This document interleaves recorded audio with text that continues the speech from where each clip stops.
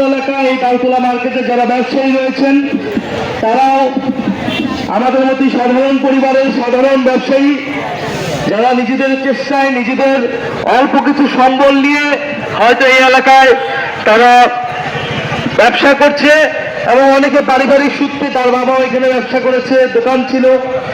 আমরা ছোটবেলা থেকে এই তালতলা মার্কেটে মার্কেট করেছি, ঈদের সময় মার্কেট করেছি বিভিন্ন সময়, কারণ আমি এই এলাকারই সন্তান। আমার বাসাও অনেক কাছে, এখান থেকে বড়শ্রীতে আমি বড় হয়েছি।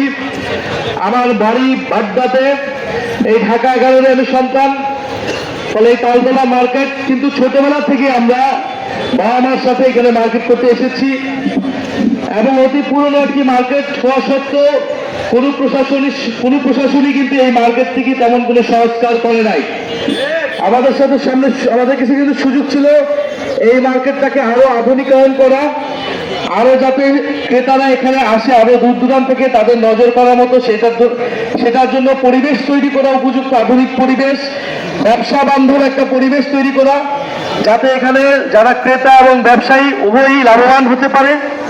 আমরা ইনশাল্লাহ আপনাদের কাছে সেই প্রতিশ্রুতি দিচ্ছি, আমরা এই তালতলা মার্কেটকে সম্পূর্ণরূপে আধুনিকায়ন করব এবং যাতে ব্যবসায়ীরা একটা ব্যবসা বান্ধব পরিবেশ এখানে পায়। তাকে দোকান নিতে হলে যাতে চাঁদা দিতে না হয়, প্রশাসনকে যাতে চাঁদা দিতে না হয়, কোনো রাজনৈতিক চাঁদা দিতে না হয়, ইনশাল্লাহ আমরা সেই ব্যবস্থা করব।